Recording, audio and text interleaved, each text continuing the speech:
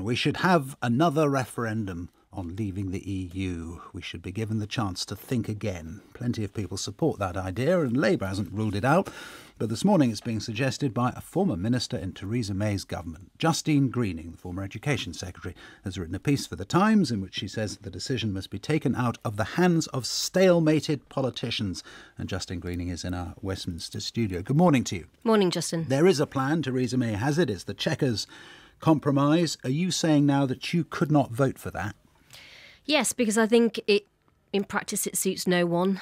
And whether you're a leaver who looks at it and thinks, well, actually we're signing up to all the rules, but now we won't be around a table to influence them, or indeed whether you're a Remainer saying that, or whether you're a leaver saying, well, this doesn't give us the clean break that we want, I think it doesn't keep anyone happy. And the reality is that Parliament is now stalemated. Whatever the proposal on the table, there will be MPs who vote it down, but Britain needs to find a route forward, and that's why I'm proposing a second referendum and taking this decision on the final deal on Brexit out of the hands of deadlocked politicians and putting it into the hands of people. Before we get to the referendum on what you want and what you want as a question, you are saying then this morning that the Chequers plan is dead.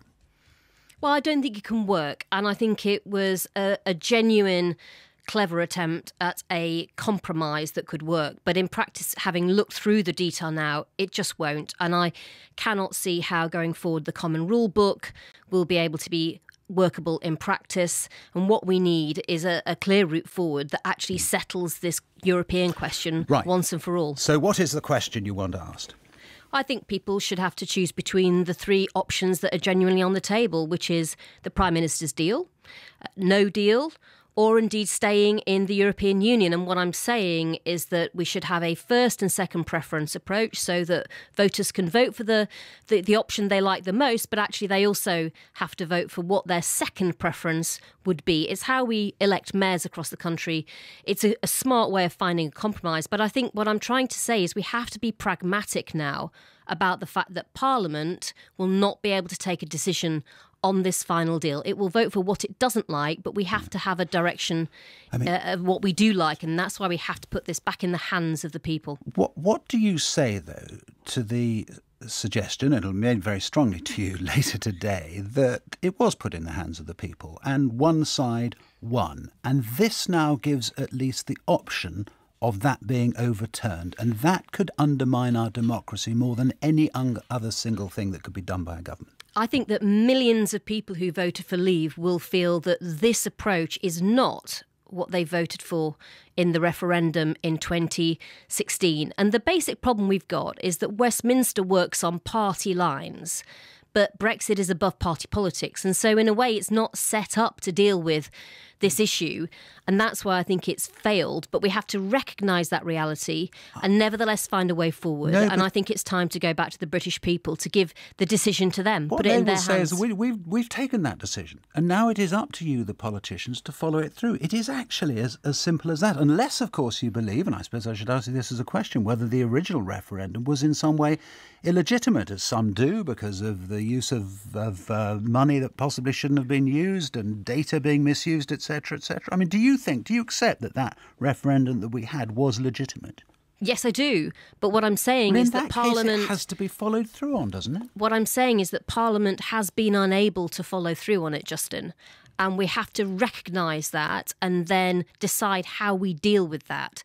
Whether it's a no-deal vote in Parliament, which I do not believe would have parliamentary support, the Prime Minister's deal, and we've seen over the weekend many Leave-supporting MPs express their concerns, that would not get through Parliament. We have to go somewhere as a country. I don't believe what we need is more time.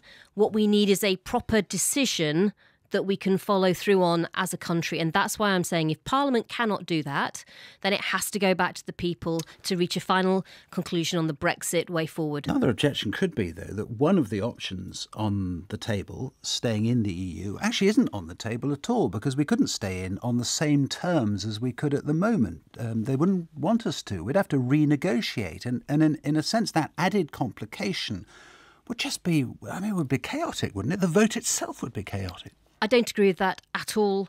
David Cameron had been offered a deal from the European Union. But the bottom line is what I think... But do you think that's still on the table? You think it's still possible that we could rejoin the European Union or stay in the European Union on exactly the same terms as we're currently members? I think the key thing now is that people need to make their choice between the three clear options that are on the table. What would be chaos, Justin, is for a parliament to take a vote against essentially a no-deal departure from the European Union, but to then have the government, the executive, insist on carrying that forward anyway. That, to me, would be totally unacceptable. And what it shows is that Parliament is gridlocked. There is only one way through that gridlock, and that is to take the decision away from Parliament, which has spent 2 years trying to find a way through and failed, and give it back to the people. We now know what those clear options are. 2 of them are Brexit, either a soft Brexit or a hard Brexit, effectively. But it is time now for people to choose. Which way would you vote? I'd be campaigning to remain. I think there's no point signing up to a common rule book if you're not being sat round the table. But the bottom line is it shouldn't just be my voice that gets listened to. I represent a largely Remain voting constituency. But even if we had a free vote on the final deal, I know I would be disenfranchising too many people in my constituency who think very differently about this issue, and they should be allowed to have their say. And a final thought. You've written this for The Times this morning and you've been very forthright about it. Behind the scenes, are there other senior Conservatives you've talked to who agree with you? I think what I'm saying is what everyone's seeing in Parliament who's there. And the sooner that we can rise to the challenge of Brexit, find a way through and recognise that in spite of the best efforts of many MPs, Parliament is stalemated. But what I'm asking is whether there are other people, other senior people you've talked to who agree. Yes, I believe so. Justine Greening, thank you very much.